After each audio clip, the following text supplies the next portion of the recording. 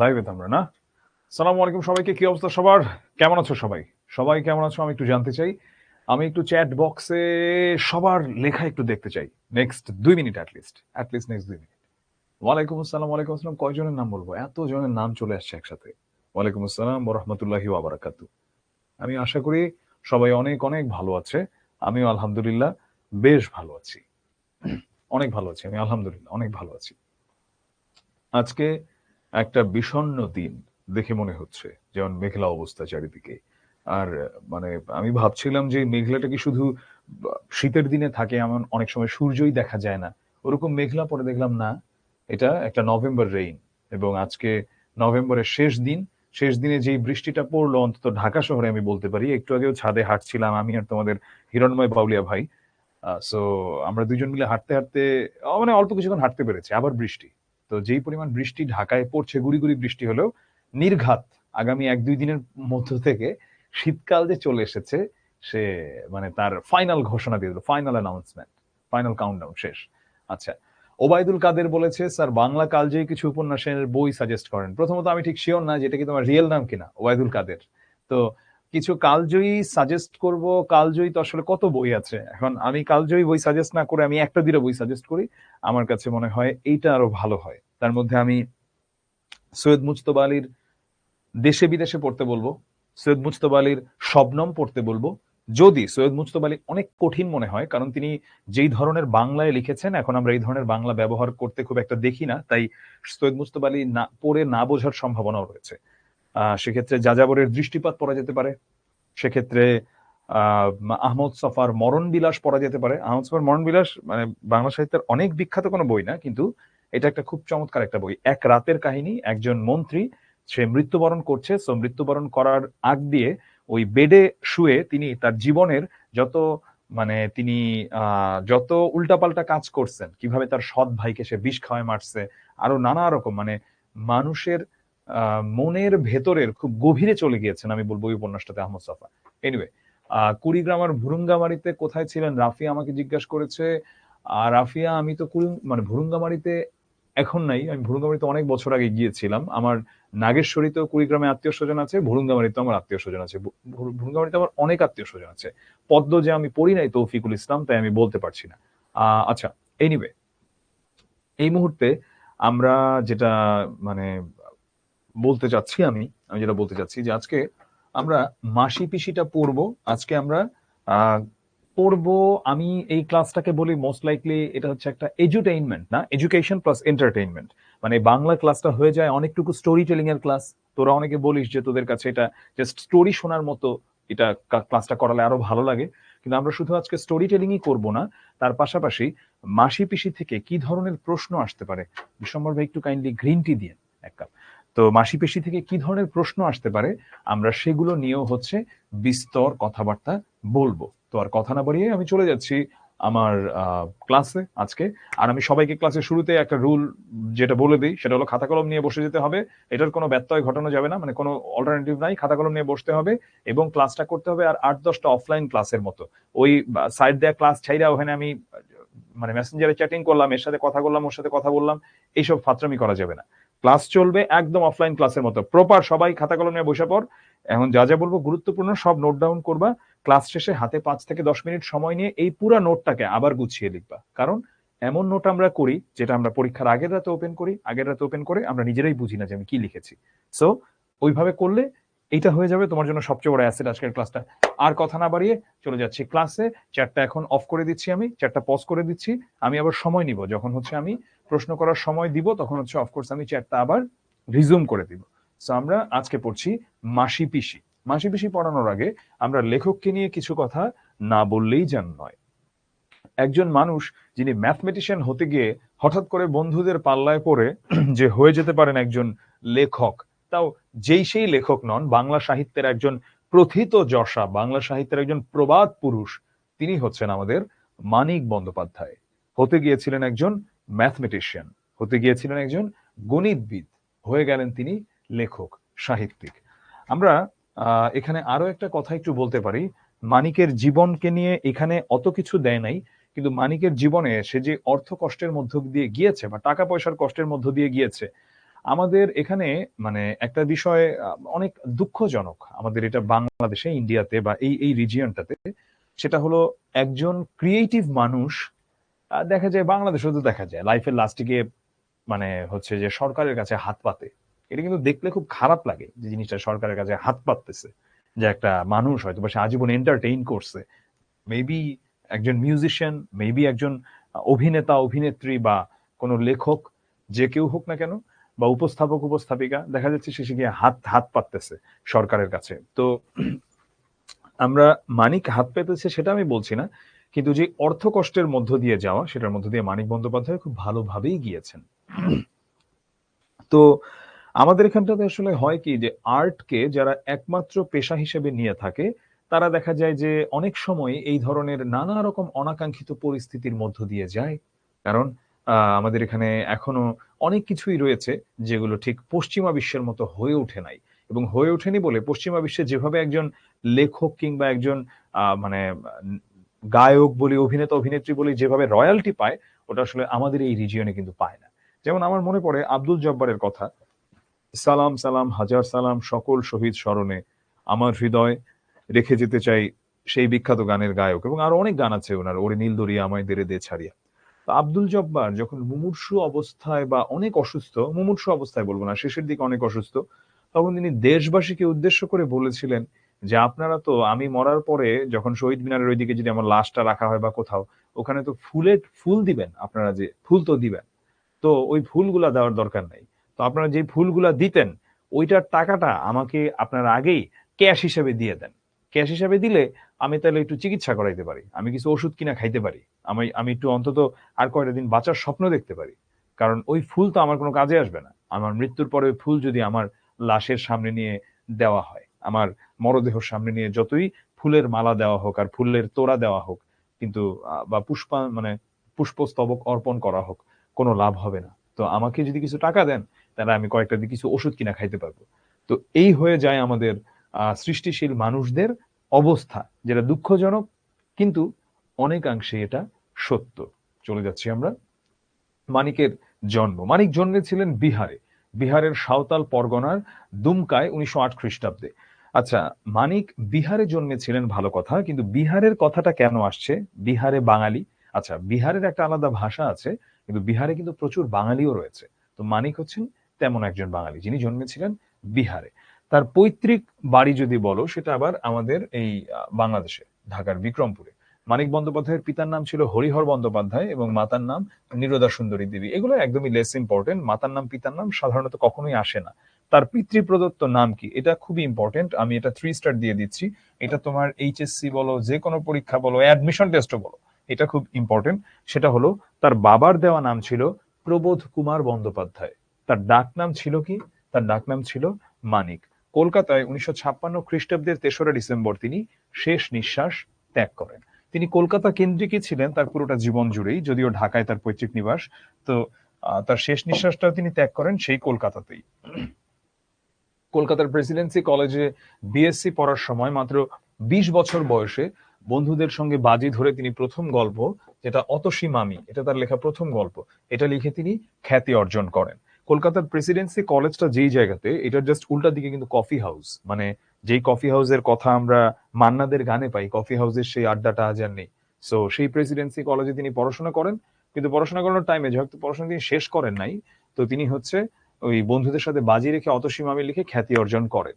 তারপর জীবনের বাকি ২৮ বছর তিনি শুধু লিখেই গেছেন। মাঝে বছর তিনেক তিনি চাকরি এবং বিজনেসের কাজে নিজেকে জড়ালেও তিনি সার্বক্ষণিকভাবে সাহিত্য সেবায় নিয়োজিত ছিলেন, মানে হি ওয়াজ আ ফুল টাইম রাইটার। তিনি একজন ফুল টাইম লেখক ছিলেন। উপন্যাস ও ছোট গল্প লেখক হিসেবে মানিক বাংলা সাহিত্যে অনেক বিখ্যাত। অল্প সময়ে তিনি অনেক গল্প উপন্যাস সৃষ্টি করেছেন, সেই সঙ্গে কিছু কবিতা, নাটক, প্রবন্ধ এবং ডায়েরিও তিনি লিখেছেন।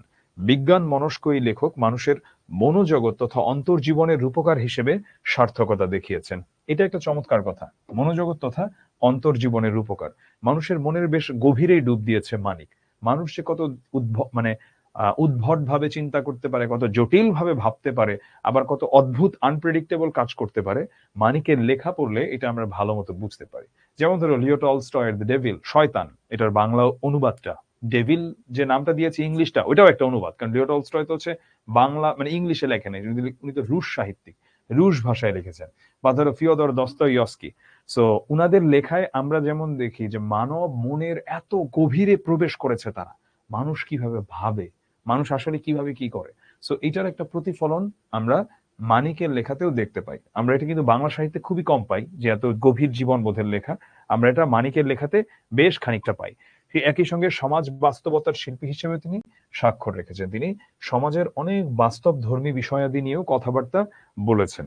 যেমন এমন অনেক লেখক বা এমন অনেক সাহিত্যিককে আমরা পাই যিনি হয়তোবা অনেক সুন্দর কিছু লিখেছেন, কিন্তু সেটার সঙ্গে বাস্তবতার মিল আদতে কমই রয়েছে। ভাই আপনাকে আমি একটু এই পানির বোতলটা দিচ্ছি, আপনি একটু কাইন্ডলি এটা রিফিল করে দিয়েন। তো যেটার সঙ্গে বাস্তবতার মিল আদতে কমই রয়েছে, কিন্তু মানিক ছিল এর থেকে একদমই ভিন্ন। তিনি বাস্তব বাস্তব লেখক হিসেবে তিনি স্বাক্ষর রেখেছেন। যা ঘটে তা নিয়েই আমি কথা বলবো, বলো সব আমার আজগুবি কথা বলে লাভ কি। যেমন ধরো আজকের দিনের নাটকের কথাই যদি বলো, দেখো নাটক নিয়ে দেখবা যে আজকের দিনে মুরব্বী শ্রেণী বলো বা আমি মুরব্বী বা অনেক বয়স্ক মানুষ বলবো না, আমার বয়সী মানুষজনই আজকের দিনের নাটক খুব একটা পছন্দ করে না। নাটক পছন্দ করে না কেন? বেশিরভাগ হচ্ছে ধরো অবাস্তব জিনিসপত্র দেখাচ্ছে। এখন এটার পেছনে অনেক কারণ থাকতে পারে। নাটকের পেছনে এখন বাজেট নাই, এই সেই থার্ড ক্লাস অ্যাক্টর অ্যাক্ট্রেস বেশিরভাগই যারা অভিনয় করছেন, অভিনয়ের কিছুই পারে না, খুবই নিম্নমানের নির্মাতা, সবকিছু মিলে বাজেট নাই। এটা একটা অন্যতম কারণ। কারণ ভালো মানের একটা কিছু আসতে হলে তো আমার ওটার পেছনে টাকাও থাকা লাগবে। তো অবাস্তব নাটকগুলো, তো তিনি হচ্ছেন যা লিখেছেন সেগুলো অবাস্তব ছিল না, সমাজ বাস্তবতা নিয়েই তিনি লিখতেন। তার উপন্যাসের মধ্যে আমরা যেটা সবচেয়ে বেশি দেখতে পাই সেটা হলো পদ্মা নদীর মাঝি। এটা নিয়ে কিন্তু একটা খুব সুন্দর সিনেমাও রয়েছে। পুতুল নাচের ইতিকথা আছে, চিহ্ন, দিবারাত্রির কাব্য এবং জননী। মানিকের একটা বইয়ের কথা আমার মনে পড়ে, সেটা হলো প্রাগৈতিহাসিক। এই বইটার সঙ্গে আমার পরিচয় এবং এটার মধ্য দিয়ে আমি মানিককে প্রথম চিনতে পারি। আজ থেকে অনেক বছর আগের কথা আমার মনে পড়ে যায়, তখন আমি ক্লাস 7-এ ক্যাডেট কলেজে পড়ি। সো আমাদের ইন্টার হাউস ডিবেট কম্পিটিশনে আমি থার্ড হই, এবং থার্ড হবার পরে সেখানে প্রাইজ হিসেবে আমি এই বইটা পেয়েছিলাম, মানিকের প্রাগৈতিহাসিক। আর মানিকের বই আসলে ওই বয়সের কারোর জন্য পড়া খুব একটা পারফেক্ট না, কারণ মানিক আরেকটু বড়দের জন্য, ধরো তুমি পড়লে পারফেক্ট, কিন্তু এখন এটা যদি ধরো তোমার 5-6-এ বা 7-এ পড়া একটা বাচ্চা যদি পড়ে, এটা আসলে এটা এটা এটা তোমার মানে অনেক ক্ষেত্রে অনেক তার কাছে ভালো লাগবে না আর কি, বা ভালো না লাগাই স্বাভাবিক। চলো আমরা কথা না বাড়িয়ে গল্পে চলে যাই। শেষ বেলায় খালে এখন পুরো ভাটা, জল নেমে গিয়ে কাদা আর ভাঙা ইটপাটকেল ও ওজনে ভারী আবর্জনা বেরিয়ে পড়েছে। ভাটা, ভাটাতে কি হয় আর জোয়ারে কি হয়, একটু চ্যাটটা ওপেন করি তো। আমি একটু তোমরা একটু চ্যাটটা রিজুম করে দিয়েছি, তোমরা বলো তো ভাটাতে কি পানি সরে যায় নাকি পানি আসে? ভাটাতে কি হয়, মানে পানি সরে যায় নাকি পানি আসে? একটু লিখো তো, একটু লিখো, একটু লিখো। হুম, তোমরা একটু চ্যাটে লিখো, চ্যাটে লিখো। হ্যাঁ, হ্যাঁ।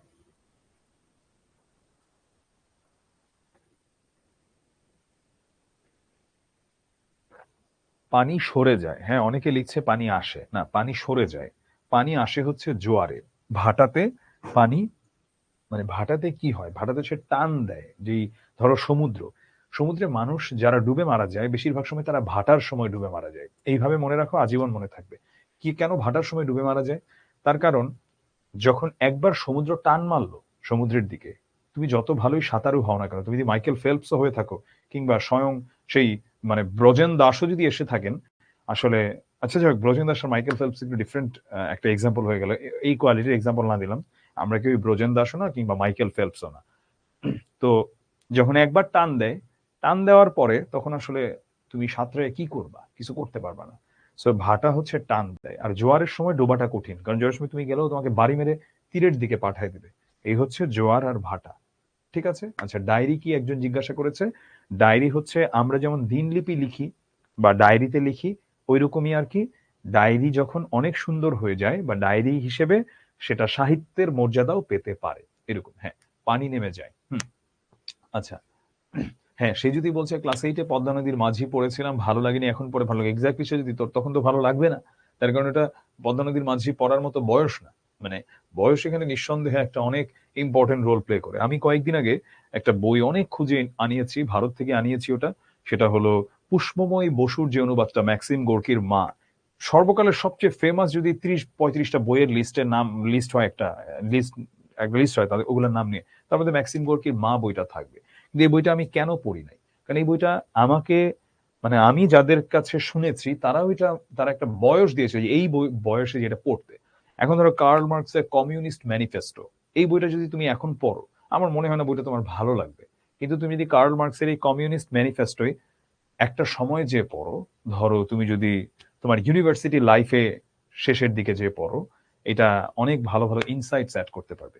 পুতুল নাচের রীতি কথা পড়েছে সাবরিনা, রোজ নামোচা, মিশাইল বলছে, আচ্ছা জারিন বলছে কলেজ লাইব্রেরিতে আছে, আচ্ছা নাদিমা বলছে নেটওয়ার্কে একটু সমস্যা করছে, ক্লাস একটু পরে পরে বন্ধ হয়ে, আচ্ছা আচ্ছা সবাই একটু আমাকে একটু কমেন্ট করে জানাতো যে আমাকে কি স্পষ্ট শোনা যাচ্ছে, স্পষ্ট কি দেখা যাচ্ছে? মানে বুঝলাম না, এটা নেটওয়ার্কে তো আমাদের এন্ড থেকে কোনো প্রবলেম নাই, অন্যদের কোনো প্রবলেম নাই তো? হ্যাঁ, ইজ এভরিথিং ফাইন? শালতি মানে কি তানজিদা? আমি পড়ানোর সময় বলছি। আচ্ছা, সবাই স্পষ্ট দেখতে পাচ্ছে, আমাকে স্পষ্ট শোনা যাচ্ছে? আচ্ছা ঠিক আছে। হ্যাঁ, ডায়েরি মানে আমি মাত্র বলেছি। ওকে, আমি চ্যাটটা অফ করে দিই। যে ডায়েরি অনেক সময় সাহিত্যের মর্যাদা পেতে পারে যদি এটা অনেক সুন্দর হয়।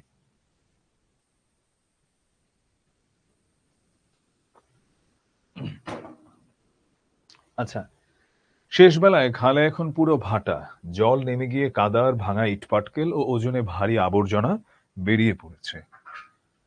কংক্রিটের পুলের খালের ধারে লাগানো শালতি থেকে খড় তোলা হচ্ছে পারে। শালতি হচ্ছে এক ধরনের নৌকা, এটার নামই হচ্ছে শালতি। আচ্ছা, সেখান থেকে খড় তোলা হচ্ছে পাড়ে, মানে পাড়ের মধ্যে খড় তোলা হচ্ছে, বুঝলাম, নৌকা থেকে নিয়ে। পাশাপাশি জোড়া লাগানো দুটো বড় শালতি বোঝাই। আচ্ছা, পাশাপাশি জোড়া লাগানো দুটো বড় শালতি বোঝাই আটি বাঁধা খড় তিনজনের মাথায় চড়ে গিয়ে জমা হচ্ছে ওপরের মস্ত গাদায়। ওই খড়ের গাদায় গিয়ে ফেলা হচ্ছে, ডাম্প করা হচ্ছে খড়গুলো। ওঠানামার পথে ওরা খড় ফেলে নিয়েছে কাদায়। শালতি থেকে ওদের মাথায় খড় তুলে দিচ্ছে দুজন। একজনের বয়স হয়েছে, হাত পাকা চুল, রোগা শরীর। অন্যজন মাঝ বয়সী, বেটে জোয়ান, মাথায় ঠাসা কদম ছাটা রুক্ষ চুল। কদম ছাটা কি? যখন চুল অনেক ছোট করে কাটা হয়, অনেকটা মানুষের মাথাটাকে তখন দেখলে মনে হয় কি, মনে হয় যে অনেকটা কদম ফুলের মতো লাগে, এটাকেই বলা হয় কদম ছাট। পুলের তলা দিয়ে ভাটার টান ঠেলে এগিয়ে এলো সরু লম্বা আরেকটা শালতি। দুহাত চওড়া হয়নি না হয়। আচ্ছা হ্যাঁ, বুঝলাম, আরেকটা শালতি আসলো।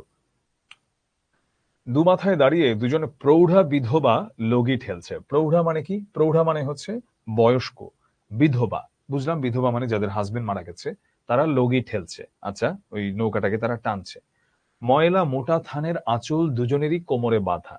মাঝখানে গুটিসুটি হয়ে বসে আছে অল্প বয়সী একটি বউ। আচ্ছা বুঝলাম, সেই নৌকার মাঝে অল্প বয়সী একটা বউ বসে আছে। গায়ে জামা আছে, নকশা পাড়ের সস্তা সাদা শাড়ি।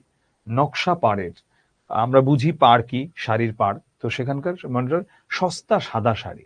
আটশাট থমথমে গড়ন, গোলগাল মুখ। আমরা বুঝলাম যে সেই বউটা কেমন দেখতে। মাসি পিসি ফিরছে কৈলেশ, বুড়ো লোকটি বলল। আমরা দেখলাম এখন একটা ক্যারেক্টারের নাম কৈলেশ। আমরা আরো দুইজন ক্যারেক্টার নাম দেখলাম মাসি পিসি। যেই দুজন বয়স্কা বিধবা নারীকে আমরা পেলাম, তারাই হচ্ছে মাসি পিসি। কৈলাসের কথা বলল। আচ্ছা, কৈলাস বাহকের মাথায় খড় চাপাতে ব্যস্ত ছিল। চটপট শেষ আঁটিটা চাপিয়ে দিয়ে সে যখন ফিরল, মাসি পিসির শালতি দুহাতের মধ্যে এসে গেছে, মানে খুবই কাছাকাছি চলে এসেছে। ও মাসি, ও গো পিসি, রাখো রাখো, খবর আছে শুনে যাও। খপর, খপর কি? এটা হলো একটা ধ্বনি পরিবর্তন, মানে এখানে আমরা দেখতে পাচ্ছি এটা হলো খবর। এখানে বলা হচ্ছে খপর, খপর আছে শুনে যাও বলছে। সামনের দিকে লগি পুঁতে মাসি পিসি শালতির গতি ঠেকায়। আমরা জানি লগি পোতা বলতে এখানে বোঝানো হচ্ছে নৌকাকে যেভাবে থামানো হচ্ছে। আলহাদি সিথির সিঁদুর পর্যন্ত ঘোমটা টেনে দেয়। আলহাদি হচ্ছে ওই বউটা, যে বউটা বর্ণনা আমরা পাচ্ছিলাম একটু আগে, যে নৌকার মাঝখানে বসে আছে, সে একদম সিথির সিঁদুর পর্যন্ত ঘোমটা টেনে দেয়। সামনে থেকে মাসি বলে বিরক্তির সঙ্গে, বেলা নেই কৈলেশ, মানে এখন সময় নাই, বেলার নেই কৈলেশ। কৈলাসকে বলছে। পেছন থেকে পিসি বলে, অনেকটা পথ যেতে হবে কৈলেশ, মানে মোট কথা তুই এখন ডিস্টার্ব করিস না, আমরা যাবো, অনেক দূর যাবো। মাসি পিসির গলা ঝরঝরে, আওয়াজ একটু মোটা, একটু ঝংকার আছে। কৈলাসের খবরটা গোপন।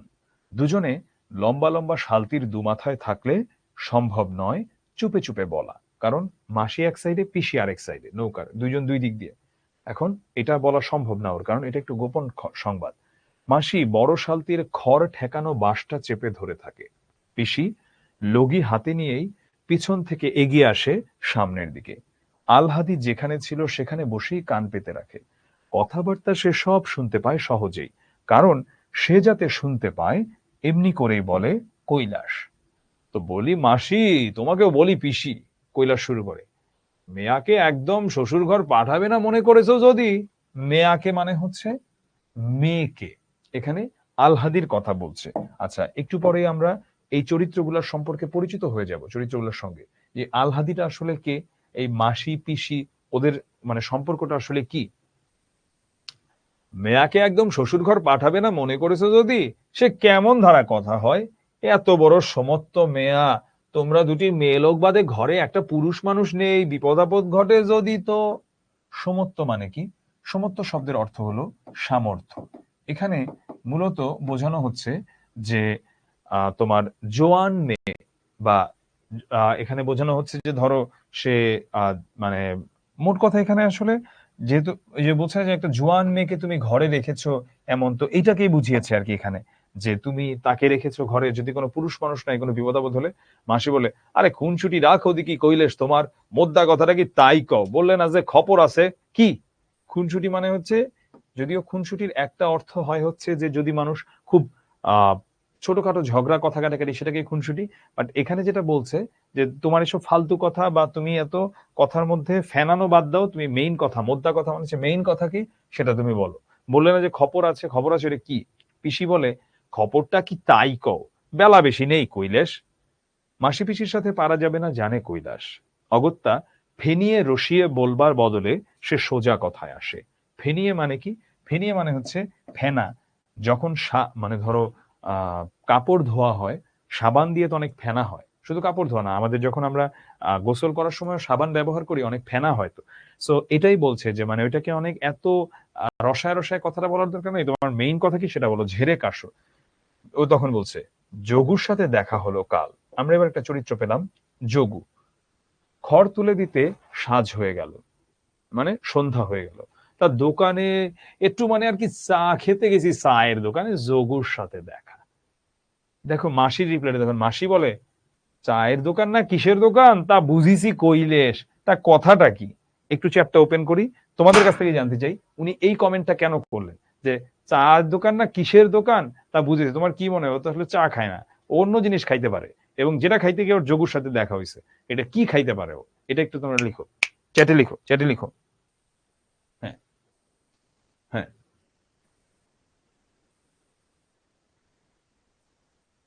অগত্যা মানে হচ্ছে ফাইনালি, এক্স্যাক্টলি মদের দোকান, অ্যালকোহল। হ্যাঁ, না গাজা না, গাজা না, মদ মদ।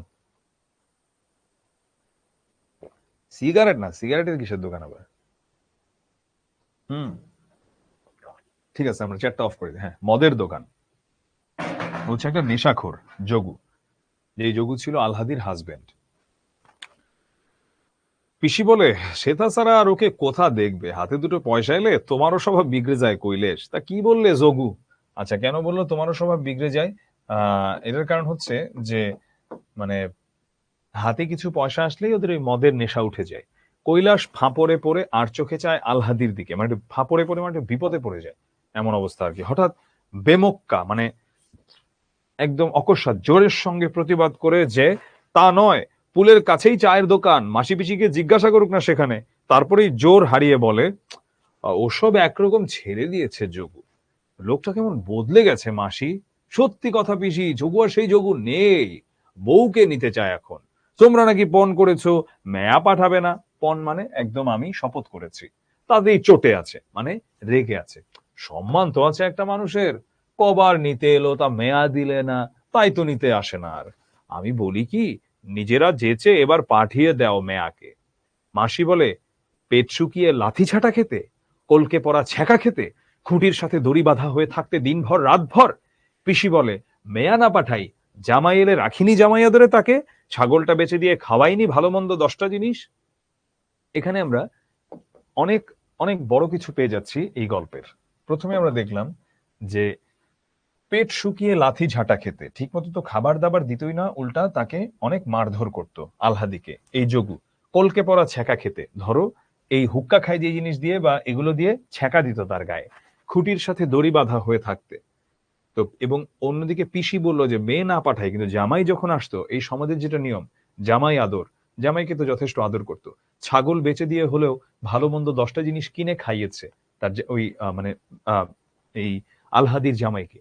মাসি বলে ফের আসুক, আদরে রাখবো যতদিন থাকে, বজ্জাত হোক, খুনে হোক, জামাই তো, ঘরে এলে খাতির না করব কেন, তবে মেয়ামরা পাঠাবো না।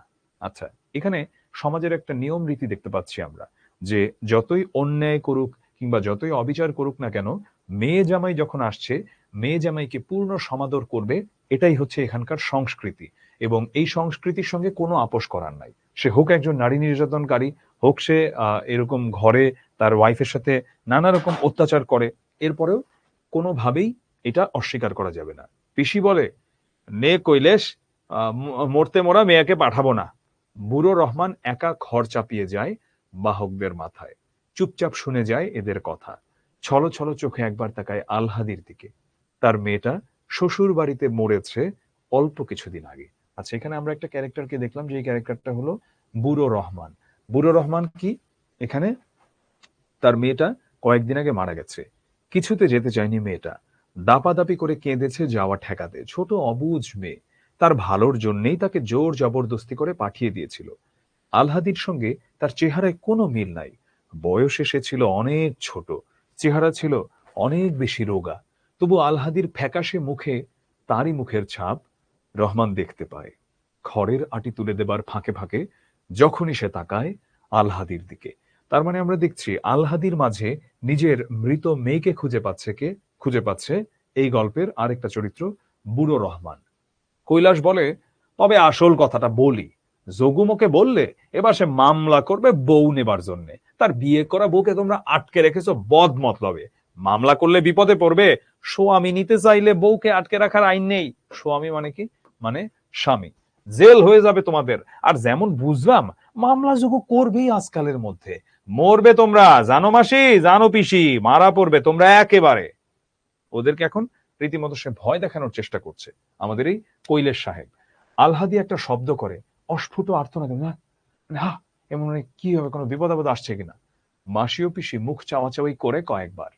মনে হয় মনে তাদের একই কথা উদয় হয়েছে। চোখে চোখে চেয়ে সেটা শুধু জানাজানি করে নিল তারা। মাসি বলল, জেলে নয় গেলাম কৈলেশ, কিন্তু মেয়া যদি স্বামীর কাছে না যেতে চায়, খুন হবার ভয়। বলে মাসি বড় শালতির খড় ঠেকানো বাঁশ ছেড়ে দিয়ে লগি গুজে দেয় কাদায়। পিসি তরতর করে পিছনে গিয়ে লগি কাদায় গুজে হেলে পড়ে। শরীরের ভারে সরু লম্বা শালতিটাকে এগিয়ে দেয় ভাটার টানের বিপক্ষে। ভাটার টানের বিপক্ষে, আচ্ছা, মানে তীরের দিকে এটাকে ঠেলে দিচ্ছে তার শরীরের ভার দিয়ে। বেলা একরকম নেই, ছায়া নামছে চারিদিকে, মানে সন্ধ্যা হয়ে গেছে। শকুনরা উড়ে এসে বসছে পাতা শূন্য শুকনো গাছটায়। একটা শকুন উড়ে গেল এই আশ্রয় ছেড়ে অল্প দূরে আরেকটা গাছের দিকে ডাল ছেড়ে উঠতে আর নতুন ডালে গিয়ে বসতে কি তার পাখা ঝাপটানি।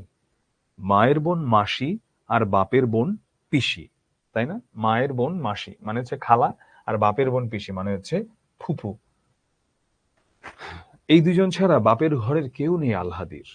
দুর্ভিক্ষ কোনো মতে ঠেকিয়েছিল তার বাপ, মহামারীর একটা রোগে, কলেরায়। সে, তার বউ আর ছেলেটা শেষ হয়ে গেল, মানে আলহাদির বাবা মা এবং ভাই। মাসি পিসি তার আশ্রয়ে মাথা গুঁজে আছে অনেক দিন। দূর ছাই সয়ে আর কুড়িয়ে পেতে খেয়ে দূর ছাই সয়ে আর কুড়িয়ে পেতে খেয়ে নিরাশ্রয় বিধবারা যেমন থাকে। এটা দিয়ে কি বোঝালো? নিরাশ্রয়ে বিধবারা যেমন থাকে, কারণ তৎকালীন হিন্দু সমাজে বিধবাদেরকে এমন নানা রকম কুসংস্কারের মধ্যে রাখতো এবং নানা রকম রীতিনীতি দিয়ে রাখতো। একটা বিধবা এইটা করতে পারবে না, সেটা করতে পারবে না, এই করতে পারবে না, সেই করতে পারবে না। তো ওর হাজবেন্ড মরছে মানে ওর জীবনটা ওখানেই শেষ। রীতি একসময় তো সতীদাহ প্রথাও ছিল, যে ওর হাজবেন্ড মরলে ওরেও পুরায় মেরে ফেলবে, মানে ওকেও হচ্ছে পুরায় ফেলবে আর কি। এখন তো আর সেটা নাই অন্তত।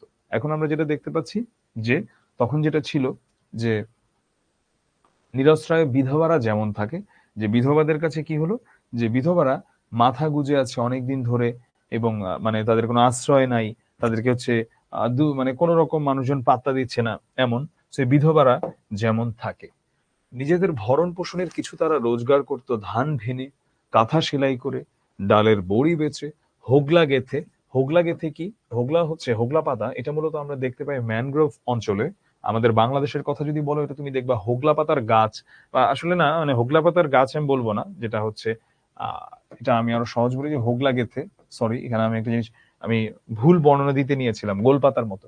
আচ্ছা, হোগলা হচ্ছে আমরা দেখতে পাই কোথায়? হোগলা গাথা যখন কুরবানির সময় গরুর মাংস যে কাটে, সো আমরা একটা চাটাইয়ের মতো দেখি না রাখে, ওটাই তো হোগলা।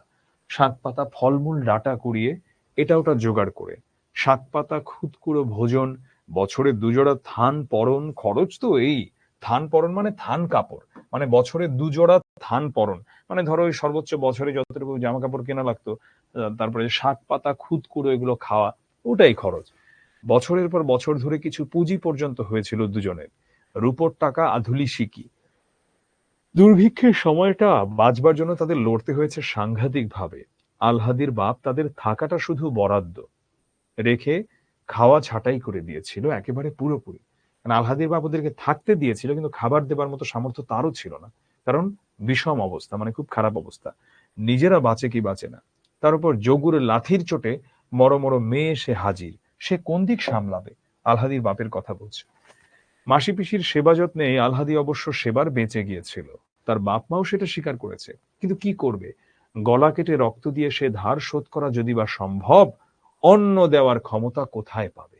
মানে বলছে যে গলা কেটে রক্ত দিয়েও যদি সেই নিজের মেয়েকে বাঁচানোর ধারটা শোধ করতে চায়, কিন্তু অন্ন দেওয়ার ক্ষমতা বা মানে ভাত দেবার ক্ষমতা কোথায় পাবে? ভাত দেবার মতো কোনো ক্ষমতা নাই, এতটাই দুর্ভিক্ষ, এতটাই অভাব।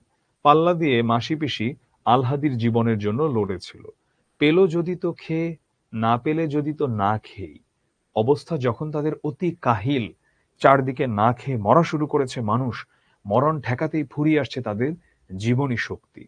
যখন মানুষ মরছে, ওখানে বরং তাদের জীবনী শক্তি কমে যাচ্ছে না খেয়ে না, বরং এইরকম একটা আধামরা মেয়েকে মানে বাঁচাতে চেয়ে। একদিন মাসি বলে পিসিকে, একটা কাজ করবি বেআইন, তাতে তো তোরও দুটো পয়সা আসে, মোরও দুটো পয়সা আসে। শহরের বাজারে তরি তরকারি ফলমূলের দাম চড়া, গা থেকে কিনে যদি বাজারে গিয়ে বেঁচে আসে তারা, কিছু রোজগার হবে। একা মাসির ভরসা হয় না শাল দিবে অত দূর যেতে, যাওয়া আসাও একার দ্বারা হবে না তার। পিসি রাজি হয়েছিল। এতে কিছু হবে কি না হবে ভগবান জানে, কিন্তু যদি হয় তবে রোজগারের একটা নতুন উপায় মাসি পেয়ে যাবে। আর সে পাবে না, তাকে না পেলে অন্য কারোর সাথে হয়তো মাসি বন্দোবস্ত করবে। তা কি পারে পিসি ঘটতে দিতে? সেই থেকে শুরু হয় গেরস্তের বাড়িতে, মানে বিভিন্ন গৃহস্থের বাড়িতে শাকসবজি ফলমূল নিয়ে মাসি পিসির শালতি বেয়ে শহরের বাজারে গিয়ে বেঁচে আসা। গায়ের বাবু বাসিন্দারাও নগদ পয়সার জন্য বাগানের জিনিস বেচতে দেয়। মাসি পিসির ভাব ছিল আগেও, অবস্থা এক, মানে একই রকম অবস্থা, দুজনেরই হাজবেন্ড মারা গেছে, বিধবা, বয়স সমান, এক ঘরে বাস, পরস্পরের কাছে ছাড়া সুখ দুঃখের কথা তারা কাকেই বা বলবে, কেই বা শুনবে? তবে হিংসা দেশ রেশারেশিও ছিল যথেষ্ট, কোন্দলও বেঁধে যেত কারণে অকারণে। আচ্ছা, হিংসা বিদ্বেষ এগুলোও ছিল, এবং তাদের মধ্যে কোন্দলও বেঁধে যেত, বা একটু অনেক ঝগড়াঝাটিও বেঁধে যেত। পিসি এ বাড়ির মেয়ে, এ তার বাপের বাড়ি, মাসি উড়ে এসে জুড়ে বসেছে এখানে। তাই মাসির উপর পিসির একটা অবজ্ঞা অবহেলার ভাব ছিল। এই নিয়ে পিসির অহংকার আর খোঁচাই সবচেয়ে অসহ্য লাগতো মাসির। ধীর শান্ত দুঃখী মানুষ মনে হতো এমনি তাদের, কিন্তু ঝগড়া বাঁধলে অবাক হয়ে যেতে হতো তাদের দেখে। সে কি রাগ, সে কি তেজ, সে কি গো। গো মানে হচ্ছে জেদ। মনে হতো এই বুঝি কামড়ে দেয় একে অপরকে, এই বুঝি কাটে বটি দিয়ে। শাকসবজি বেচে বাঁচবার চেষ্টায় একসঙ্গে কোমর বেঁধে নেমে পড়া মাত্র সব বিরোধ, সব পার্থক্য উড়ে গিয়ে দুজনের হয়ে গেল এক মন এক প্রাণ। যখন দুজন বিজনেস পার্টনার হয়ে গেল, সে মিল জমজমাট হয়ে উঠলো আলহাদির ভার ঘাড়ে পড়ায়। যখন দুজন মিলে আবার আলহাদির দায়িত্ব নিল, নিজের পেট ভরানো শুধু নয়, নিজেদের বেঁচে থাকা শুধু নয়, তাদের দুজনেরই এখন আলহাদি আছে। খাইয়ে পরিয়ে যত্নে রাখতে হবে তাকে, শ্বশুর ঘরের কবল থেকে বাঁচাতে হবে তাকে, গায়ের বজ্জাতদের নজর থেকে সামলে রাখতে হবে। কত দায়িত্ব তাদের, কত কাজ, কত ভাবনা। বাপমা বেঁচে থাকলে আলহাদিকে হয়তো শ্বশুর বাড়ি যেতে হতো, মাসি পিসিও বিশেষ কিছু বলতো কিনা সন্দেহ। কিন্তু তারা তো নেই, এখন মাসি পিসিরই সব দায়িত্ব।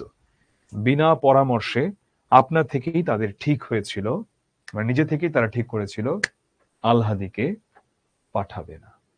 একটু চ্যাটটা ওপেন করি, তোমাদের কাছে জানতে চাই কেমন লাগছে ক্লাসটা। চ্যাটটা ওপেন করি, তোমাদের কাছে জানতে চাই ক্লাসটা কেমন লাগছে। ক্লাসটা কেমন লাগছে তোমরা একটু কমেন্ট করো, কমেন্টে লিখো। 800 হয়ে গেলে একটু কাইন্ডলি একটা স্ক্রিনশট নিয়ে নিও। তোমাদের কাছে কেমন লাগছে একটু ইয়ে করো, বা 799 হলেও নিতে পারো। হ্যাঁ, আচ্ছা, জোস, অসাধারণ লাগছে, তাই তো? হ্যাঁ, এই গল্পটা কতটা গুরুত্বপূর্ণ? এই গল্পটা অনেক গুরুত্বপূর্ণ। এই গল্পটা থেকে সবসময় কম বেশি প্রশ্ন আসে।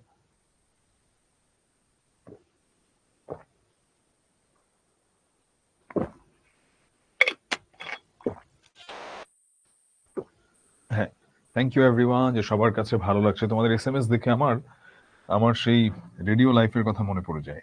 অনেক বছর আমি আরজে ছিলাম একটা এফএম রেডিও স্টেশনে, রেডিও ঢোল 94.0 এফএম। সো এরকম একটা ফ্রাইডে স্যাটারডেতে হচ্ছে আমার শো থাকতো একটা। স্যাটারডেতে আমি যে শোটা করতাম সেই শোটা ছিল হচ্ছে মেইনলি তোমার ব্যাক স্টেজ। শোটার নাম ছিল যারা বাংলাদেশ থেকে ধরো কোনো উল্লেখযোগ্য কোনো কোনো জায়গায় গিয়েছে বা কোনো কম্পিটিশন বা কিছু করেছে, বা বিভিন্ন উদীয়মান মানুষজনকে এনে তাদেরকে প্রমোট করার চেষ্টা করতাম আরো প্ল্যাটফর্ম দিতে হয়। আমাদের দেশে অনেক ট্যালেন্টেড মানুষ আছে, কিন্তু দেখা যায় প্ল্যাটফর্ম পায় না, সুযোগ পায় না। সো এই জন্যে মানে আমার কাছে মনে হয় আজকে কেন জানি মনে হচ্ছে যে আমি আমার ওই মেমোরি চেরিশ করছি রেডিওর সময়ের মতো। তোমাদের সব এসএমএস দেখে, এসএমএস তো না, তোমাদের মেসেজগুলো দেখে মনে হচ্ছে এফএম রেডিওর টাইমের মতো, যে কেউ না ইয়ে মানে ওখানে যেমন অনেক মানুষ এসএমএস করতো শ্রোতারা, সো এটার মতো মনে হচ্ছে। আচ্ছা, হ্যাঁ, আবার চ্যাটটা আমরা পজ করে দিই। আলহাদিকে কোথাও পাঠানোর কথা তারা ভাবতেও পারে না, বিশেষ করে ওই খুনেদের কাছে কখনো তারা মেয়ে পাঠাতে পারে? যাওয়ার কথা ভাবলেই মেয়ে যখন আতঙ্কে পাঁশুটে মেরে যায়, পাঁশুটে মানে হচ্ছে ফ্যাকাশে হয়ে যাওয়া মুখটা, মানে একদম ভয়ে মুখটা সাদা হয়ে গেছে এরকম হয়ে যায় মেয়েটা যখন ওই ওর যে শ্বশুর বাড়িতে যাবার কথা আসে। বাপের ঘর দুয়ার জমি জমাটুকু আলহাদিকে বর্তেছে, মানে বাপের ঘর দুয়ার জমি জমা এগুলো তো আলহাদি পেয়েছে, কারণ যেহেতু বাকিরা মারা গেছে। যোগুর বউ নেবার আগ্রহ খুবই স্পষ্ট, কারণ এই মাতাল, এই নেশাখোর যেটা চায় ও হচ্ছে এই আলহাদিকে নেবার মধ্য দিয়ে ওর সম্পত্তিগুলো হাতায় নিবে। সামান্যই ছিল তার বাপের, তারও সিকি মতো আছে মোটে, বাকি গেছে গোকুলের কবলে। আচ্ছা, তারও সিকি মতো আছে মানে কি? সামান্যই ছিল ওর বাবার, তারও 4 ভাগে, সিকি মানে 4 ভাগের 1 ভাগ, তো তার 4 ভাগের 1 ভাগের মতো আছে এখন, বাকি গেছে গোকুলের কবলে। আছে, গোকুল নিয়ে গেছে। তবু মুফতে যা পাওয়া যায় তাতেই যোগুর প্রবল লোভ। আচ্ছা, তবুও ওই মুফতে মানে ওই যা পাওয়া যায়, যতটুকু পাওয়া যায় ওটাতেই যোগুর অনেক লোভ, ওই সম্পত্তি। খালি ঘরে আলহাদিকে রেখে কোথাও যাবার সাহস মাসি পিসির হয় না। দুজনে মিলে যদি যেতে হয় কোথাও, আলহাদিকে তারা সঙ্গে নিয়ে যায়। কারণ আমরা ওই যে ওই শালতিতেও দেখলাম যে উনারা গেছেন সেখানে ধরো সবজি টবজি বিক্রি করতে, ওখানেও আলহাদিকে নিয়ে গেছে। মাসি বলে, ডরাস নি আলহাদি, ভাওতা দিয়ে আমাদের দমাবার ফিকির সব। ভাওতা মানে হচ্ছে ভাওতাবাজি, বলে না এই বাটপাড়ি করে, আমাদের দমাবার মানে আমাদেরকে মোড় ঘুরায় নিবে আমাদের চিন্তাধারার, এবং ওকে পাঠাই দিব শ্বশুর বাড়ি, এইসব ফিকির মানে এগুলার ধান্দা। নয়তো কৈলাসকে দিয়ে ওসব কথা বলায় মোদের। কৈলাস, কারণ কৈলাসকে দিয়ে কথাগুলো কে বলিয়েছে আলটিমেটলি? এগুলো বলিয়েছে যোগু, ওর হাজবেন্ড। পিসি বলে, দুদিন বাদে ফের আসবে দেখিস জামাই, তখন সুদ হলে বলবে। সুদ হলে মানে হচ্ছে জিজ্ঞাসা করলে বলবে, কই না, আমি তো ওসব কিছু বলিনি কৈলাসকে। মাসি বলে, 4 মাসে পড়লি, আর কটা দিন বা, মা মাসির কাছেই রইতে হয় এ সময়টা, জামাই এলে বুঝিয়ে বলবো। পিসি বলে, ছেলের মুখ দেখে পাষাণ নরম হয় জানিস আহ্লাদি, তোর পিসে ছিল যোগুর মতো, খোকাটা কোলে আসতে কি হয়ে গেল সেই মানুষ, চুপি চুপি এসে এটা ওটা খাওয়ায়, উঠতে বলি তো ওঠে, বসতে বলি তো বসে। আচ্ছা, 4 মাসে পড়লি, আর কটা দিন বা, এটা দিয়ে বোঝাচ্ছে যে আলহাদি আসলে গর্ভবতী, এবং সে তার 4 মাস চলছে যে তার সন্তান তার গর্ভে রয়েছে। এই সময়টা মা মাসির কাছেই রইতে হয়, জামাই এলে বুঝিয়ে বলবো। আচ্ছা, পিসি বলে, ছেলের মুখ দেখে পাষাণ নরম হয় জানিস আলহাদি। আচ্ছা, ছেলের মুখ দেখে পাষাণ নরম হয়, তোর পিসে ছিল যোগুর মতো। এখন বলছে যোগুর সঙ্গে ওর পিসের মানে হচ্ছে ওর তুলনা দিচ্ছে। খোকাটা কোলে আসতে কি হয়ে গেল সেই মানুষ, চুপি চুপি এসে এটা ওটা খাওয়ায়, উঠতে বলি তো ওঠে, বসতে বলি তো বসে। মাসি বলে, তোর মেশো ঠিক ছিল, শাউরি ননদ ছিল বাঘ। শাউরি মানে শাশুড়ি, আর ননদ মানে তো বোঝই। উঠতে বসতে কি ছ্যাঁচা খেয়েছি ভাবলে বুক কাঁপে, কিন্তু জানিস আলহাদি, মেয়েটা যেই কোলে এলো, শাউরি ননদ যেন মুখে মাথায় করে রাখলে বাঁচে। পিসি বলে, তুইও যাবি, স্বামীর ঘর করবি, ডরাসনি, ডর কিসের? বাড়ি ফিরে দ্বীপ জেলে মাসি পিসি রান্নাবান্না সারতে লেগে যায়। বাইরে দিন কাটলেও আলহাদির পরিশ্রম কিছু হয়নি, শুয়ে বসেই দিন কেটেছে। তবু মাসি পিসির কথায় সে একটু শোয়, শরীর নয়, মনটা তার কেমন করছে, নিজেকে তার ছ্যাঁচড়া, নোংরা, নর্দমার মতো লাগে। মাসি পিসির আড়ালে থেকেও সে টের পায় কিভাবে মানুষের পর মানুষ তাকাচ্ছে তার দিকে, কতজন কতভাবে মাসি পিসির সঙ্গে আলাপ জমাচ্ছে তরি তরকারির মতো, তাকেও কেনা যায় কিনা যাচাই করবার জন্য। এই বিষয়টা কিন্তু বাঙালিদের মধ্যে অনেক প্রবল, অনেক ক্ষেত্রেই দেখবা। সেটা হচ্ছে ব্যাড লুক দেওয়া, যেটা খুব দুঃখজনক আমাদের দেশের মানুষের মধ্যে, যে একটা নারী যদি মানে যথেষ্ট শালীন পোশাকও পরে থাকে, তিনি যদি বোরকাও পরে থাকেন, তারপরেও দেখবা ধরো একটা বাস, সেই বাসে উঠলো একটা মেয়ে যাত্রী হিসেবে, একজন নারী, ওই ভদ্র মহিলার দিকে সবাই না হোক বেশিরভাগ পুরুষ তাকাবে। এবং ধরো বাস যাচ্ছে, বাসের পাশে একটা মেয়ে, তুমি দেখবা যে ওই জানালা দিয়ে প্রায় বেশিরভাগ পুরুষ তার দিকে তাকালো। তো এইটা হচ্ছে বাঙালির এই নেচারটা খুব প্রবল। এটা শুধু বাঙালি না, এটা এই দিকেরই ইন্ডিয়ানদের মধ্যে আছে আর কি, এই নেচার আছে। গায়েরও কতজন আর কত রকমের দর দিয়েছে মাসি পিসির কাছে। মাসি পিসিকে চিনে তারা অনেকটা চুপচাপ হয়ে গেছে আজকাল, কিন্তু গোকুল হাল ছাড়েনি। আচ্ছা, গোকুল হাল ছাড়েনি এই আলহাদিকে পাবার জন্য। মাসি পিসিকে পাগল করে তুলেছে গোকুল। মায়ের বাড়া তার এই মাসি পিসি, কি দুর্ভোগ তাদের তার জন্য। মাসি পিসিকে এত যন্ত্রণা দেওয়ার চেয়ে সে নয় শ্বশুর ঘরের লাঞ্ছনা সইত, যোগুর লাথি খেত। ঈষৎ তন্দ্রার ঘরে শিউরে ওঠে আলহাদি, মানে ঈষৎ মানে কিছুটা, তন্দ্রা মানে তো ঘুম, কিছুটা ঘুমের ঘরে একদম চমকে ওঠে, এমন এটা তার মনে পড়ে আর কি। আচ্ছা, এখানে যেমন বলছে যে আহ মানে মায়ের বাড়া তার এই মাসি পিসি, তার মা তো এখন হচ্ছে নেই এখানে, তার মা তো মৃত্যুবরণ করেছে। তার মায়ের পরিবর্তে এই দায়িত্বগুলো পালন করছে কিন্তু তার এই মাসি পিসি, এবং কি দুর্ভোগ তাদের জন্য এগুলো। এক পাশে মাসি, আরেক পাশে পিসিকে না নিয়ে শুলে কি চলবে তার কোনোদিন? মানে এতটাই সে মাসি পিসির উপরও নির্ভরশীল হয়ে যাচ্ছে মানসিক ভাবে। রান্না সেরে খাওয়ার আয়োজন করছে মাসি পিসি। একেবারে ভাত টাত বেড়ে আলহাদিকে ডাকবে, মানে আলহাদিকে কিন্তু অনেক আদর করে, তারা অনেক স্নেহ করে, যে একদম ভাত টাত বেড়ে তারপরে ডাকবে ওকে। ভাগাভাগি কাজ তাদের এমন সহজ হয়ে গেছে যে বলা বলির দরকার তাদের হয় না, দুজনে মিলে কাজ করে যেন একজনে করছে। একবার ব্যঞ্জনে নুন দেবে এ কথা বলতে হয় না পিসিকে, ব্যঞ্জন মানে হচ্ছে তরকারি, একবার তরকারিতে নুন দেবে এ কথা বলতে হয় না পিসিকে, ঠিক সময় নুনের পাত্র সে এগিয়ে দেয় মাসির কাছে। মানে দুজনের মধ্যে এত সুন্দর একটা কেমিস্ট্রি কাজ করে, এত সুন্দর একটা মেল বন্ধন, যে বলতে হয় না যে কখন লবণ দেওয়া লাগবে না দেওয়া লাগবে তরকারিতে, সেটা হয়ে যায়। বলা বলি করছে তার আলহাদির কথা, আলহাদির সুখ দুঃখ, আলহাদির সমস্যা, আলহাদির ভবিষ্যৎ। জামাই যদি আসে একটি কড়া কথা তাকে বলা হবে না, এতটুকু খোঁচা দেওয়া হবে না। উপদেশ দিতে গেলে চটবে জামাই, পুরুষ মানুষ তো যতই হোক, এটা করা তার উচিত নয়, এসব কিছু বলা হবে না তাকে। জামাই এসেছে তাই আনন্দ রাখবার যেন ঠাঁই নেই, এই ভাব দেখাবে মাসি পিসি। আলহাদিকে শিখিয়ে দিতে হবে স্বামী এসেছে বলে যেন আলহাদে গদগদ হবার ভাব দেখায়। যে কদিন থাকে জামাই সে যেন অনুভব করে সেই এখানকার কর্তা, সেই সর্বে সর্বা, মানে সেই সবার চেয়ে এখানে সবচেয়ে উপরের পজিশনে। বাইরের থেকে হাঁক আসে কানাই চৌকিদারের, হাঁক মানে তাকে ডাক দিয়েছে, চিৎকার দিচ্ছে, কোথায়, এরকম টাইপের। মাসি পিসি পরস্পরের মুখের দিকে তাকায়, জোরে নিঃশ্বাস পড়ে দুজনে, একটু টেন্সড হয়ে গেছে। সারাটা দিন গেছে লড়ে আর লড়ে, মানে সারাটা দিন তো এই কাজ করে করেই তাদের গেছে, আবার নতুন কি কাহিনী। সরকার বাবুর সঙ্গে বাজারের তোলা নিয়ে ঝগড়া করতে অর্ধেক জীবন বেরিয়ে গেছে দুজনের। তোলা কি? এটা হচ্ছে এখনকার দিনে যেই কাজগুলো হচ্ছে, ধরো যে এলাকার চাঁদাবাজরা করে, বা এগুলো তো আসলে এলাকার চাঁদাবাজরা করে না, এগুলোর সাথে ধরো ওই মন্ত্রী টন্ত্রী থেকে শুরু করে এই এলাকার একদম পাতি নেতা এদেরও জড়িত থাকে। বাজারে যখন ধরো তুমি বসবা, ওই এখান থেকে কিন্তু চাঁদাবাজি হয়, চাঁদাবাজি হয় বাংলাদেশে। দুঃখজনক যে এক ফ্যাসিস্টের আমল গিয়েছে, তো এখনো যে চাঁদাবাজি হচ্ছে না বাংলাদেশে তা না, চেহারা শুধু পাল্টায়। চাঁদাবাজ এক একবার এক এক দলের হয়ে নতুন নতুন রূপে আসে। তো এটার কথা বলছে যে সারাটা দিন গেছে লড়ে আর লড়ে, সরকার বাবুর সঙ্গে বাজারের তোলা নিয়ে ঝগড়া করতে অর্ধেক জীবন বেরিয়ে গেছে দুজনের। বাজারের তোলা কি? তোলা হচ্ছে ওই যে চাঁদাটা, এটাই হচ্ছে তোলা, এটাকে বলে। এখন এলো চৌকিদার কানাই, হাঙ্গামা না আসে রাজ্যে, হাঙ্গামা মানে হচ্ছে ভেজাল, মানে মারামারি, এরকম। চৌকিদার কানাই এখন এসেছে, গায়ে লোক যখন ঘুমোচ্ছে তখন আসলো সে। রসুই চালায়, রসুই মানে কি? রসুই চালা মানে হচ্ছে তোমার মানে রান্নাঘর বুঝিয়েছে আর কি। এখানে ঝাঁপেটে, ওই চালায় ঝাঁপেটে মানে হচ্ছে ঝাঁপেটে মানে দরজা আটকিয়ে দিয়েছে, মাসি পিসি বাইরে যায়। শুক্ল পক্ষের একাদশীর উপোস করেছে তারা দুজনে গতকাল। আচ্ছা, এটা তাদের একটা ধরলাম যে ধর্মীয় রীতি, সেখান থেকে করেছে। শুক্ল পক্ষের একাদশীর উপোস। আচ্ছা, আমি একটু চ্যাটটা ওপেন করি, তোমাদের কাছে জানতে চাই কৃষ্ণপক্ষ শুক্লপক্ষ এটা তোমরা বুঝো কিনা। হ্যাঁ, একটু চ্যাটটা ওপেন করি। আচ্ছা, কৃষ্ণপক্ষ শুক্লপক্ষ এটার নাম শুনেছো কিনা বলো তো, ছোটবেলা থেকে অ্যাটলিস্ট কৃষ্ণপক্ষের নাম শুনেছো কিনা?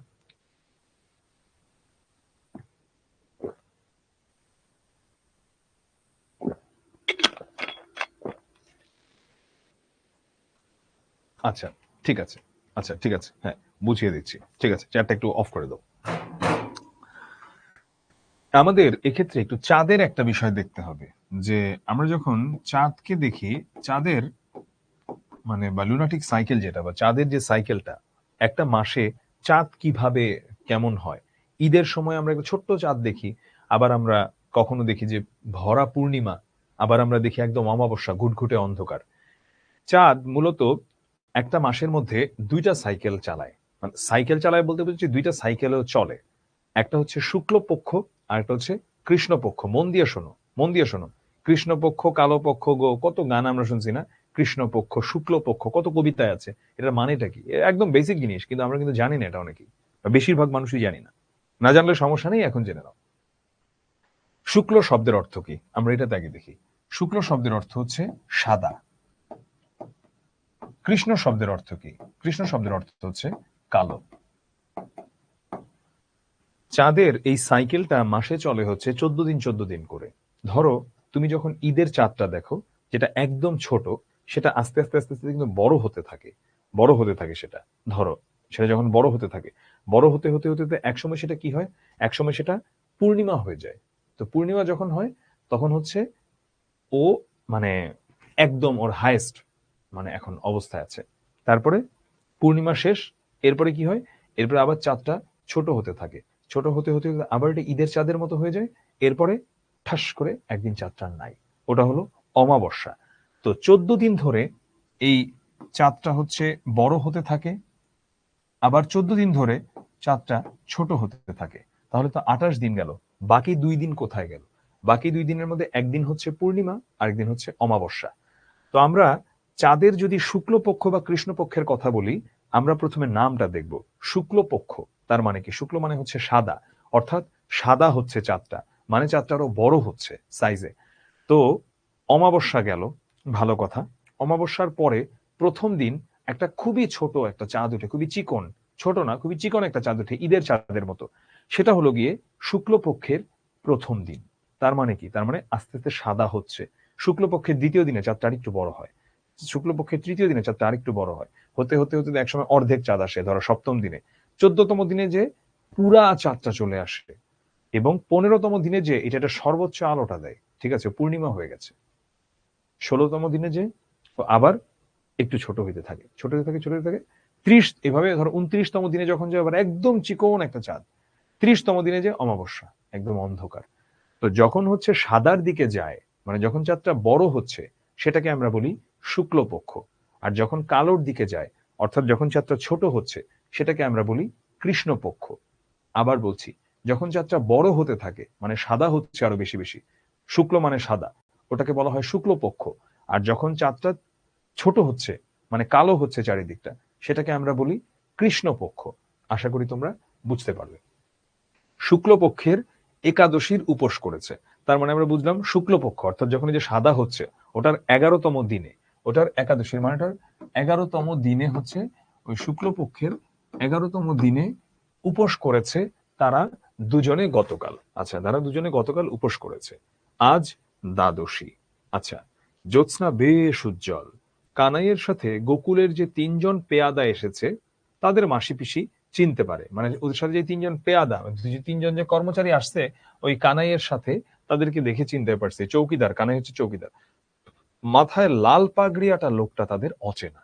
কানাই বলে, কাছারি বাড়ি যেতে হবে একবার। আচ্ছা, বুঝলাম, কাছারি বাড়ি একটা জায়গার কথা বললো, তাদেরকে সেখানে যেতে বললো, একটা জায়গার কথা বললো কাছারি বাড়ি, সেখানে যেতে বললো। মাসি বলে, এত রাতে? পিসি বলে, মরণ নেই। কানাই বলে, দারোগা বাবু এসে বসে আছেন বাবুর সাথে। যেতে একবার হবে গো দিদি ঠাকরুনরা, বেঁধে নিয়ে যাবার হুকুমও আছে। মানে বলছে যে দারোগা বাবু ওখানে এসে বসে আছেন ওদের বাবুর সাথে, ওই যার সাথে হচ্ছে ওদের ঝগড়াটা মেইনলি হয়েছে। ঠিক আছে, এই কার সাথে ঝগড়াটা হয়েছে? সরকার বাবুর সঙ্গে। তো সরকার বাবুর সাথে মানে রীতিমতো উনি পুলিশ টুলিশ ডেকে এনে বসে আছেন, এবং এখন যেতে হবে ওদেরকে, না গেলে দরকার হলে ওরা বেঁধে নিয়ে যাবে। আচ্ছা, মাসি পিসির মুখে তাকায়, মাসি পিসি মুখে মুখে তাকায়। পথের পাশে ডোবার ধারে কাঁঠাল গাছের ছায়ায় ৩-৪ জন ঘুপটি মেরে আছে, স্পষ্টই দেখতে পেয়েছে মাসি পিসি। ওরা যে গায়ের গুন্ডা, সাধু, বৈদ্য, ওসমানেরা, তাতে সন্দেহ নেই। আচ্ছা, ৩ জন গুন্ডার নাম দেখলাম যারা হচ্ছে ঘাপটি মেরে বসে আছে ছায়া। একটা হচ্ছে সাধু, একটা হচ্ছে বৈদ্য, আর একটা হচ্ছে ওসমান। বৈদ্যের ফেটি বাঁধা বাবরি চুলওয়ালা মাথাটায়, মানে যেমনি বেঁধে রেখেছে ওই বাবরি চুলওয়ালা মাথাটায় পাতার ফাঁকে জ্যোৎস্না পড়েছে। তারা যাবে কাছারিতে কানাই আর পেয়াদা কনস্টেবলের সঙ্গে। ওরা এসে আলহাদিকে নিয়ে যাবে। এই দেখো অপহরণ করে কিভাবে। মাসি বলে, মোদের একজন গেলে হবে না কানাই? পিসি বলে, আমি যাই চলো।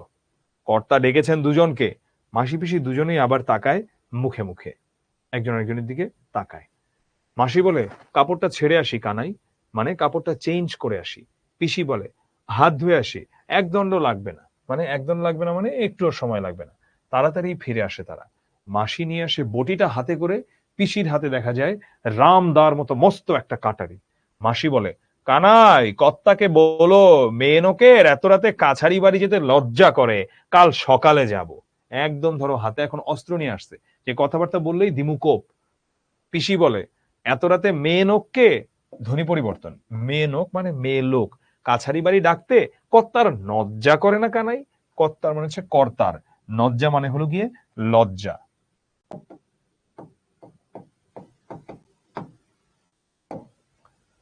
কানাই ফুঁসে ওঠে, মানে রেগে যায়। না যদি যাও ঠাকুরনরা, ভালোই ভালোই ধরে বেঁধে টেনে হিচড়ে নিয়ে যাবার হুকুম আছে কিন্তু, বলে রাখলাম। মাসি বটিটা বাগিয়ে ধরে দাঁতে দাঁত কামড়ে বলে, বটে, ধরে বেঁধে টেনে হিচড়ে নিয়ে যাবে? এসো, কে এগিয়ে আসবে, এসো, বটির এক কোপে গলা ফাঁক করে দেব। পিসি বলে, আয় না বজ্জাত হারামজাদারা, এগিয়ে আয় না। কাটারির কোপে গলা কাটি দু একটার, মানে রামদানি এসেছে, ওটা কি বলছে কাটারি। দুপা এগোয় তারা দ্বিধা ভরে, একটু কনফিউজড হয়ে আগায়, যে আবার যদি কোপটোপ দিয়া বসে। মাসি পিসির মধ্যে ভয়ের লেশটুকু না দেখে, মানে কোনো ভয়ের চিহ্নটাও নাই, সত্যি তারা খানিকটা ভ্যাবাচেকা খেয়ে গিয়েছে। মারাত্মক ভঙ্গিতে বটিয়ার দা উঁচু হয় মাসি পিসির। মাসি বলে, শোনো কানাই, এ কিন্তু এর কি নয় মোটে। এর কি মানে এখানে বুঝাচ্ছে ইয়ার কি, এটা কিন্তু কোন রকম ইয়ার কি না।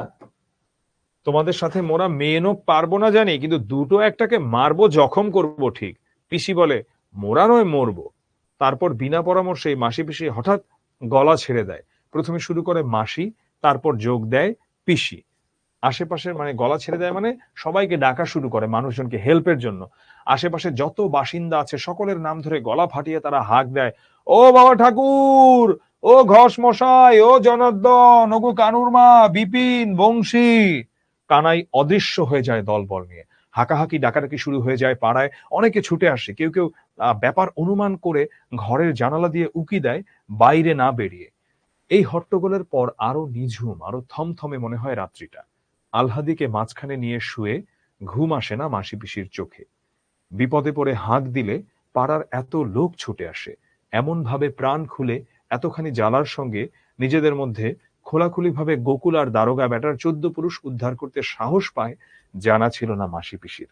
তারা হাঁক ডাক শুরু করেছিল খানিকটা কানাইদের ভরকে দেবার জন্য। এত লোক এসে পড়বে আশা করেনি। তাদের জন্য যতটা নয়, গোকুল আর দারোগার উপর রাগের জ্বালাই যেন ওদের ঘর থেকে টেনে বার করে এনেছে মনে হলো। সকলের কথাবার্তা শুনে কেমন একটা স্বস্তি বোধ করে মাসি পিসি, বুকে নতুন জোর পায়। এটা আসলে হয় যেমন তুমি যদি ধরো এই বৈষম্য বিরোধী আন্দোলনের কথাও দেখো, দেখবা যে অনেক ভিন্ন মতাদর্শী মানুষও হচ্ছে এক হয়ে গেছে। ওখানে এক হয়ে গেছে, দুইজনের মাঝে বন্ধুত্ব আছে বলে তা নয়, বরং ফ্যাসিবাদী সরকার দ্বারা সবাই একই সাথে নির্যাতিত হয়েছে। সে হোক যেই সম্প্রদায়ের, সে হোক যেই অঞ্চলের, সে হোক যেই বিশ্বাস, যেই মতাদর্শে, হোক সে নাস্তিক কিংবা হোক সে তোমার একজন ধার্মিক মানুষ, যেটাই হোক না কেন, যেহেতু সে অত্যাচারিত হয়েছে, তাই ওই তার রাগের জন্য সে আরো আগে এসে এক হয়ে গিয়েছে। আচ্ছা, সকলের কথাবার্তা শুনে কেমন একটা স্বস্তি বোধ করে মাসি পিসি, বুকে নতুন জোর পায়। মাসি বলে, জানো বেআইন, ওরা ফের ঘুরে আসবে মন বলছে, এত সহজে ছাড়বে কি? পিসি বলে, তাই ভাবছিলাম। মেয়েটাকে কুটুম বাড়ি সরিয়ে দেওয়ায় সোনাদের ঘরে মাঝরাতে আগুন ধরিয়েছিল সেবার। আচ্ছা, তাহলে একজনের নাম বলছে যে যাকে হচ্ছে তোমার ওই মেয়েটাকে সরিয়ে দিয়েছিল বলে ওই বাড়িতে, এই জন্য ওই মাঝরাতে আগুন ধরিয়ে দিয়েছিল ওরা। খানিক চুপচাপ ভাবে দুজনে। মাসি বলে, সজাগ রইতে হবে রাতটা।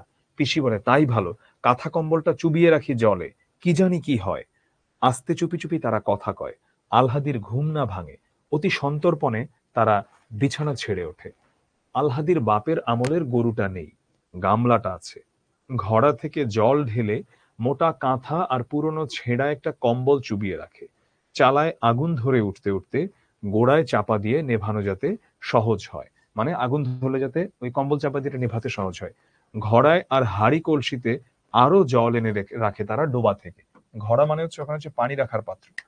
বটি আর দা রাখে হাতের কাছেই। যুদ্ধের আয়োজন করে তৈরি হয়ে থাকে মাসি পিসি। এই হলো আমাদের আজকের গল্প। আমি এখন একটু শব্দার্থ টিকা পড়াবো, তারপরে আমি একটু পাঠ পরিচিতিটা পড়িয়ে তোমাদের কাছ থেকে প্রশ্ন নিব। শালতি মানে বুঝিয়েছি এক ধরনের নৌকা। লগি মানে হচ্ছে কি, নৌকা চালানোর জন্য ব্যবহৃত যে বাঁশের দণ্ড। খপর মানে কি, খবর। মেয়া, এগুলো আমি বুঝিয়েছি। তোমার খুনসুটি হাসি মানে হচ্ছে তামাশাযুক্ত বা ঝগড়া এমন। কাটারি মানে হচ্ছে কাটবার অস্ত্র, এগুলো আমি সবই বলেছি। ঠিক আছে।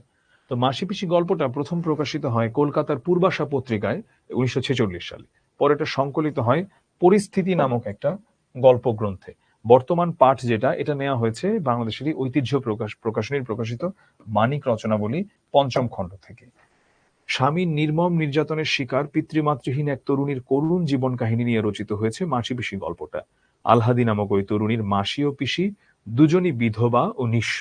তারা তাদের অস্তিত্ব রক্ষার পাশাপাশি বিরূপ বিশ্ব থেকে আলহাদিকে রক্ষার জন্য যে বুদ্ধিদীপ্ত সাহসী সংগ্রাম পরিচালনা করে, সেটাই গল্পটিকে তাৎপর্যপূর্ণ করে তুলেছে। আর অত্যাচারী স্বামী এবং লালসা উন্মত্ত মানে লোভী জোদ্দার দারোগা ও গুন্ডা বদমাশদের আক্রমণ থেকে আলহাদিকে নিরাপদ রাখার ক্ষেত্রে অসহায় দুই বিধবার দায়িত্বশীল ও মানবিক জীবন যুদ্ধ খুবই প্রশংসনীয়। দুর্ভিক্ষের মর্মস্পর্শী স্মৃতি, জীবিকা নির্বাহের কঠিন সংগ্রাম, নারী হয়ে নৌকা চালনা ও সবজির ব্যবসায় পরিচালনা প্রভৃতি এ গল্পের বৈচিত্র্যময় দিক। আচ্ছা, এবারে আমি তোমার পোলে, আচ্ছা আগে একটু পোলে যাই। হ্যাঁ, একটু চ্যাটটা ওপেন করো তো। আমি পোল দিব না, আমি তোমাদেরকে এখানে দিচ্ছি, তোমরা অপশনে লিখবা। অপশন কি? কাটারি শব্দের অর্থ কোনটি? ঝটপট লিখো, ঝটপট। তোমরা সময় পাচ্ছ 30 সেকেন্ডস। হ্যাঁ, 30 সেকেন্ডস তোমরা টাইম পাচ্ছ।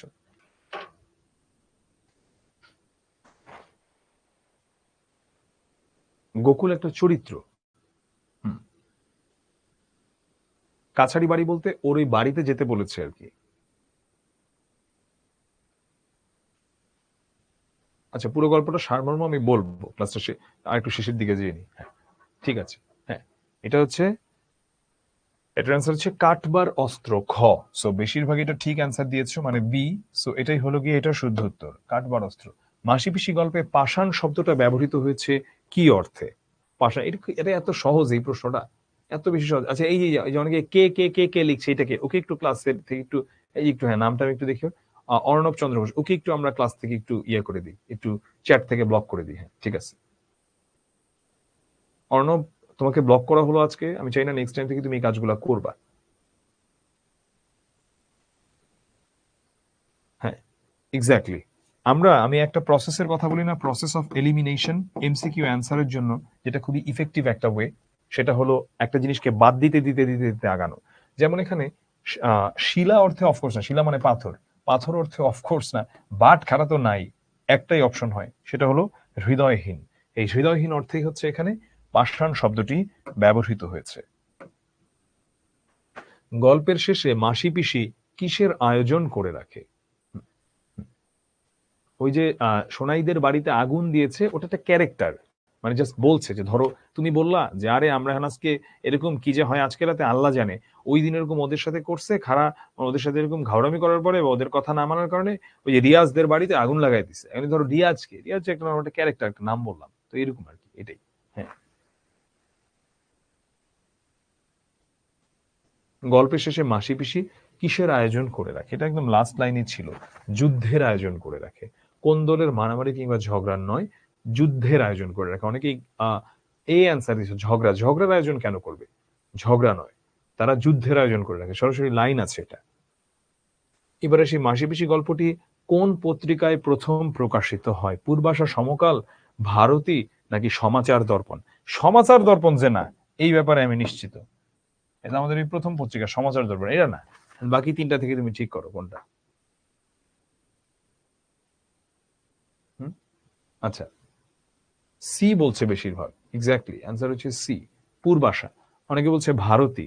ভারতী পত্রিকা এটা কোথায় পেয়েছো? এটা তো কোথাও বলাই হয়নি। এর অ্যান্সার হচ্ছে সি। তারপরে আসি প্রাগৈতিহাসিক, এটা কি ধরনের রচনা? নাটক, ছোট গল্প, ইতিহাস নাকি উপন্যাস? এটা নাটক না, ফর শিওর। এটা নাটক না, এটা ফর শিওর। প্রাগৈতিহাসিক কিন্তু নাটক না। ইতিহাসও না, এটাও শিওর। এখন তোমরা হচ্ছে সিলেক্ট করো। এই প্রসেস অফ এলিমিনেশন আমাদের যে কোনো অবজেক্টিভ অ্যান্সারের ক্ষেত্রে খুবই ইফেক্টিভ একটা টেকনিক। কারণ যখন আমরা এটা অ্যাপ্লাই করি তখন আমরা অলরেডি ভুল উত্তরগুলোকে বাদ দিতে থাকি। ভুল উত্তর যখন বাদ দিতে থাকি তখন অটোমেটিক্যালি শুদ্ধ উত্তর আমরা নির্ণয় করে ফেলতে পারি। সো বলো, এটা কি হবে? এটার অ্যান্সার প্রাগৈতিহাসিক কি ধরনের রচনা? এক্স্যাক্টলি, এটা হচ্ছে একটা ছোট গল্প। এবং আমি প্রাগৈতিহাসিকের কথা বলেছিলামও, যে আমার ক্যাডেট কলেজ জীবনে ক্লাস 7-এ থাকতে আমি ইন্টার হাউস ডিবেট কম্পিটিশনে যখন থার্ড হই, ওটা ছিল আমার ওই ক্যাডেট কলেজ জীবনের প্রথম পুরস্কার। এবং আমি তখন মানিকের লেখার সঙ্গে প্রথম পরিচিত হই প্রাগৈতিহাসিকের মধ্য দিয়ে। সো এই ছিল আমাদের আজকের পড়া। এবারে তোমাদের মনে কি প্রশ্ন আছে তোমরা করো। আজকের ক্লাসটা কেমন লেগেছে সেটাও বলো। ক্লাসটা ভালো লাগলে অফকোর্স শিখবো জিতবো গ্রুপে একটা পোস্ট দিয়ে দিও, তাহলে আমাদের একটু ভালো লাগে যে আমরা যে এত কষ্ট করি সেই কষ্টটা সার্থক হয়েছে। আর আহ, যদি আজকের ক্লাস নিয়ে এখন প্রশ্ন তুমি না করো, এখন ধরো প্রশ্ন করতে পারলা না বা প্রশ্নটা মিস গেল, তুমি গ্রুপ তো আছে, গ্রুপে প্রশ্ন করবে, ইনশাল্লাহ তুমি এটার উত্তর পেয়ে যাবা। এই তো। আর পুরো গল্পটা সামারি হচ্ছে আসলে নারী নির্যাতনকারী যোগু এই গল্পে, যে হচ্ছে তার বউ আলহাদিকে অনেক নির্যাতন করে, মারধর করে, লাথি মারে, বেঁধে রাখে, না খাইয়ে রাখে। তো সে হচ্ছে আর স্বামীর বাড়িতে যেতে চায় না। ফিরে এসেছে সে স্বামীর বাড়ি থেকে।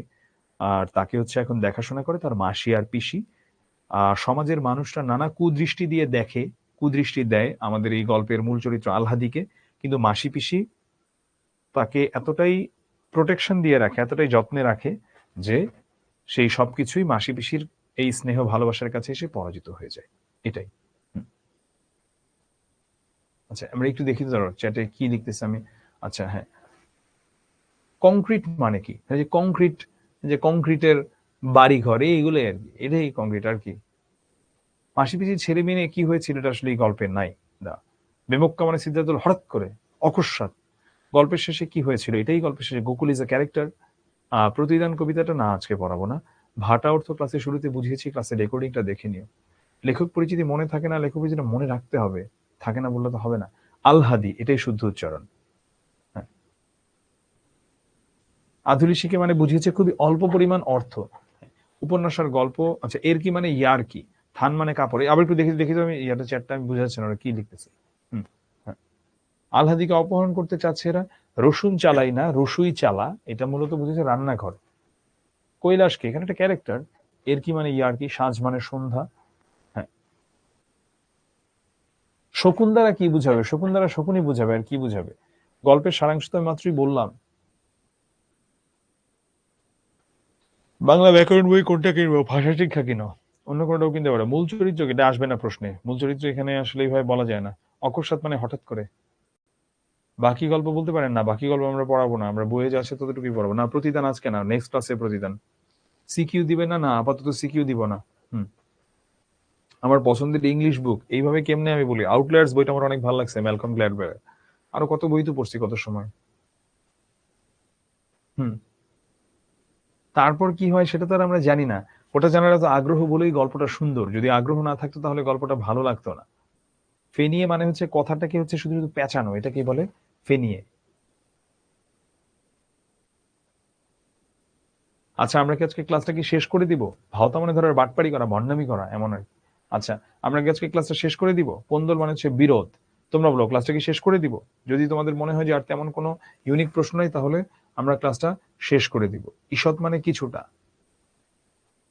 খ্রিস্টজ অব্দ, খ্রিস্টাব্দ হচ্ছে বিদেশি শব্দ হলেও এটা ব্যবহারের কারণে এটা মূর্ধন্য স দিয়েই হবে।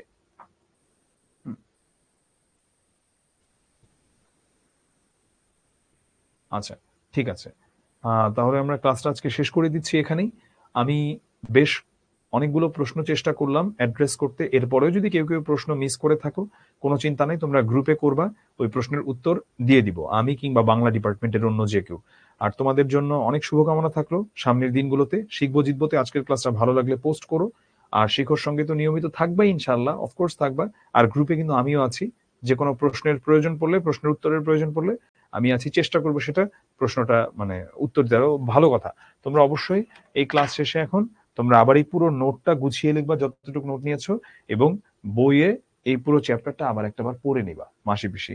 আমি চ্যালেঞ্জ দিচ্ছি আর কোনো কিছু তুমি ভুলবা না। এবং আমি আজকে যেভাবে পড়ালাম, এতটুকু যদি তুমি মাথায় রাখো, তুমি মাসি পিসি থেকে একটা সৃজনশীল আসলে তুমি 10-এ 10 ইনশাল্লাহ তুলে নিয়ে আসতে পারবা। যারা যারা গ্রুপে অ্যাড হও নাই, তোমরা গ্রুপটা সার্চ করবা HSC26 লিখলেই গ্রুপটা চলে আসবে, Q2। আর হচ্ছে যদি তোমরা 16780-তে কল দাও, তারপরে তোমাদেরকে গ্রুপে অ্যাড করিয়ে নিবে। সবাই ভালো থাকো, সুস্থ থাকো, ইনশাল্লাহ আবার দেখা হবে তোমাদের সঙ্গে। আল্লাহ হাফেজ, সালামু আলাইকুম।